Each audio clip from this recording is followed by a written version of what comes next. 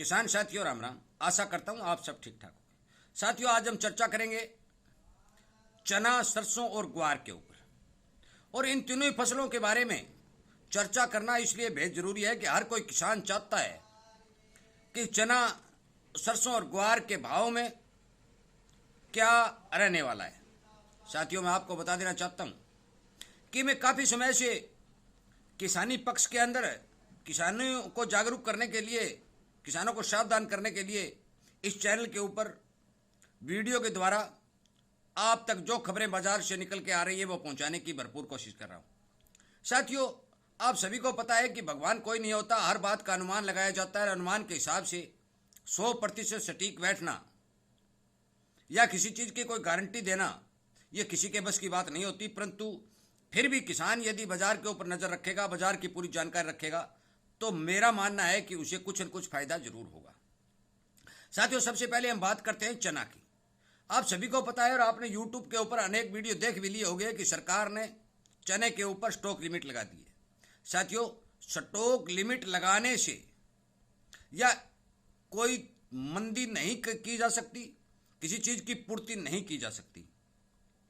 हाँ एक बात जरूर है कि यदि सरकार स्टॉक लिमिट लगाती है तो होता क्या है कि भाव थोड़े बहुत एक बार डाउन दिखाई देते हैं। स्टॉक होगा कैसे? आप वीडियो थोड़ा लंबा है, आप पूरा ध्यान से सुनिए कि स्टॉक कैसे होगा। स्टॉक यदि किसान के पास माल होगा और किसान बाजार में ले जाएगा तब जाके कोई स्टॉक होगा। अब की बार किसान के पास बहुत ही कम माल है, स्टॉक तो बाजार में जब माल होगा ही नहीं तो स्टॉक करेगा कहां से? स्टॉकिया कहां से माल लाएगा? विदेशों जो चना मंगा रहा है तो मंगाया जो जा रहा है सरकार के द्वारा, वो विदेशों में जब फसल आएगी तब आएगा। वो दिसंबर तक चना हमारे भारत में पहुंचेगा। साथियों मेरा आपसे विनय निवेदन है कि चने के अंदर, मैं ये नहीं कहता 15,000 हो जाएगा, 20,000 हो जाएगा। कई भाई ये कहते हैं कि आपने कहा था कि चना के अंदर तेजी आएगी, चना के ऊपर स्टॉक लिमिट लगा दी। ये कोई मतलब नहीं है। चना के भाव किसान को ठीक ठाक मिले हींगे और मिल रहे हैं। 7,7200 और 7.5 तक के भाव चना के जो है किसान को मिले ही मिलेंगे। कुछ किसान भाइयों ने भाव लिए भी हैं 7,000 के, 6900 के, 6800 के। 10,000 और 12,000 के भाव मिले या नहीं मिले बहुत ही मुश्किल लगता है कि 8-9 हज़ार रुपये चना बिक जाए, परंतु 7-7.5 के भाव किसान को जरूर मिलने की संभावना बनती है। चाहे स्टॉक लिमिट लगाएं चाहे कुछ भी करें, जब बाहर से मंगवाएंगे तो भी सस्ता नहीं पड़ेगा, वहां से भी आएगा, किराया लगेगा, भाड़ा लगेगा और वहां भी पैसे अदा करने पड़ेगा, वो भी चना सस्ता नहीं पड़ेगा। यदि सरकार जेब से कुछ देकर के उस चने को दबा दे तो वो एक अलग बात है कि हमने 200 करोड़ का पैकेज चने को दे दिया, ये एक अलग बात है। साथी अब बात करते हैं हम सरसों के अंदर। आप सभी को पता है कि सरसों के अंदर जो बमंडर बना था बहुत ज़्यादा प्रोडक्शन का, वो सारा बमंडर खत्म हो चुका है। और आपने बहुत से वीडियो देखे भी होंगे, बहुत से किसानों की मदद करने वाले या किसानों के लिए वीडियो बनाने वालों ने आपको समाचार दिए भी होंगे। साथियों इस बात को आप समझ लें कि अब बरसाती सीजन शुरू होने वाला है। बरसाती सीजन के साथ साथ थोड़ी थोड़ी सर्दी की शुरुआत होने वाली है और उसके बाद में त्योहारी सीजन शुरू होने वाला है। इन तीनों ही फैक्टरों से सरसों तेल की डिमांड में वृद्धि होगी और उसकी मांग बढ़ेगी, क्योंकि गर्मी के अंदर तेल की बहुत ही कम डिमांड होती है और उस डिमांड के चलते कोई भी आदमी इसके ऊपर ज़्यादा हावी होकर काम नहीं करता, परंतु जब जब डिमांड निकलती है तो इसके ऊपर हर कारोबारी काम करने की कोशिश करता है। साथियों मेरा मानना है कि सरसों के अंदर दिवाली तक तेजी चलेगी, मंदी के कतई कोई आसार नहीं है। 50-100 रुपये बढ़ जाएगी, 50-100 रुपये घट जाएगी, परंतु मैंने पहले भी वीडियो में ये बताया था भी MSP से नीचे सरसों नहीं आएगी।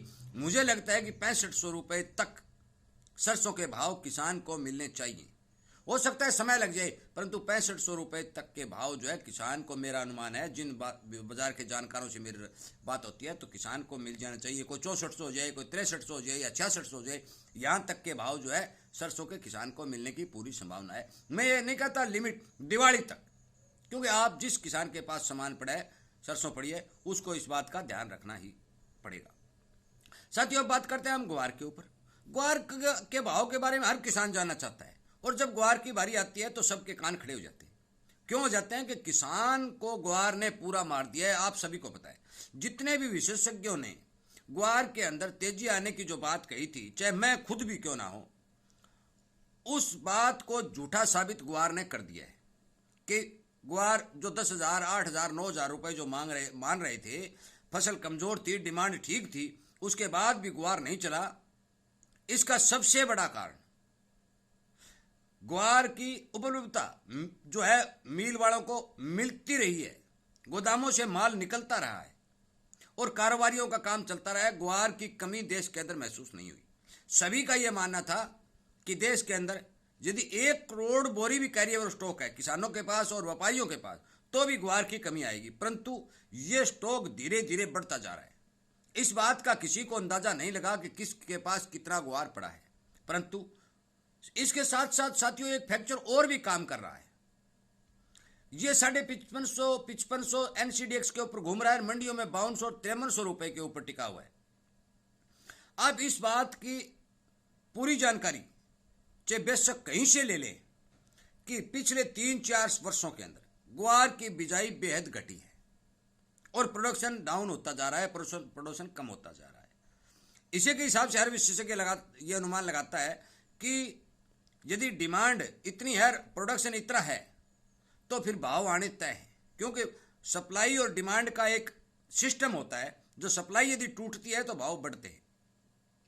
साथियों, बहुत से मौसम विशेषज्ञ ये कहते हैं कि बहुत ज़्यादा बरसात होगी, बम्पर बरसात होगी, ग्वार की बिजाई बहुत ज़्यादा होगी, परंतु मैं इन आंकड़ों से कतई सहमत नहीं हूँ। इस बात का चाहे बेशक आप मेरे से फ़ोन कर लेना, फ़ोन पर बात कर लेना, मेरा चैनल के ऊपर नंबर दिया हुआ है। मेरा कहना है कि अब की बार खंड वर्षा होगी और जो पैदावार पिछले 10 साल पहले जो ग्वार की हुई थी, उस जैसी पैदावार होने के सपने भी नहीं आएंगे और आगे भविष्य में भी नहीं आएंगे। मैं आपको साफ बता देना चाहता हूं। ग्वार की बिजाई घटेगी क्योंकि ग्वार का भाव न होने के कारण किसान इससे निराश हुआ है। घर पर ग्वार पड़े का ने भी किसान को नुकसान किया है, तो ग्वार की बिजाई 100 की 100 घटेगी, नंबर 1। नंबर 2, वर्षा ठीक नहीं चलेगी, क्योंकि यदि एक बार वर्षा ठीक हो जाती है और उसके बाद फिर लांची मार देता है तो प्रोडक्शन घट जाता है। जिस एरिया के अंदर ग्वार की बिजाई होती है, आप मान के चलो कि हरियाणा का सिरसा और हिसार और राजस्थान, पश्चिमी राजस्थान लगभग पूरा का पूरा इसमें कवर हो जाता है, परंतु पश्चिमी राजस्थान के अंदर हमेशा ही हमने बरसात की भरपूर कमी देखी है और 10 वर्ष से तो लगातार देखी है, और ये जलवायु परिवर्तन का असर है। साथियों, आपको इस बात का भी पता होगा कि इन दिनों थोड़ी बहुत छांट छिड़का जहां भी है बरसात हुआ करती थी, जिसे मिर्ग पिया बोलते थे, परंतु अब की बार एक बूंद भी जमीन पर नहीं गिरी है। इसलिए कृपया करके इस बात का भी ध्यान रखें कि ग्वार का प्रोडक्शन भी घटेगा। बात रही स्टॉक की, स्टॉक यदि पिछले साल का 50 लाख बोरी का उत्पादन हुआ था, यदि 50 लाख बोरी का स्टॉक निकल जाता है तो स्टॉक की भी कमी आएगी ही आएगी। फिर आप मेरे को ये उलाना देंगे आप जब से लग रहे थे तेजी। साथियों, ये बात किसी को पता नहीं चलती कि कहाँ कितना माल पड़ा है, क्योंकि देश बहुत बड़ा है। इस देश के अंदर हर विशेषज्ञ का मानना था अभी 17-80 लाख बोरी ग्वार मौजूद है, परंतु और 12-13 लाख बोरी ग्वार की पर मंथ खपत हो रही है। उसके हिसाब ये बात हर विशेषज्ञ, हर एक जानकार बता रहा था। साथियों, खपत बराबर बितनी ही चल रही है, जो 4-5 महीने से कंटिन्यू चल रही है, जिसमें कोई तोड़ नहीं है, चूरी कोरमा में कोई तोड़ नहीं है। और 1.5 महीने से तो लगभग भाव बिल्कुल स्टेबल बने हुए हैं, जो चाहे ग्वार कम हुआ, चाहे चूरी हुआ, चाहे कोरमा हुआ। आप मान के चलो कि जिस चीज के भाव स्टेबल बने हुए हैं उसके अंदर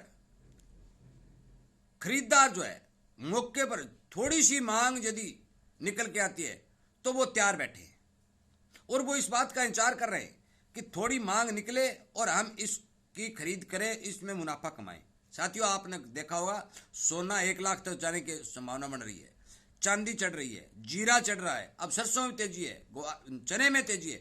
समय हर चीज का आता है। मैं बार बार कहता हूं, जिन किसानों के पास ग्वार पड़ा है, जो किसान साधन संपन्न हैं, जो इसे रोक सकते हैं, वो पुराने बूढ़े बुजुर्ग कहते थे कि हम जोटा ताई बागे ग्वार बेचांगा।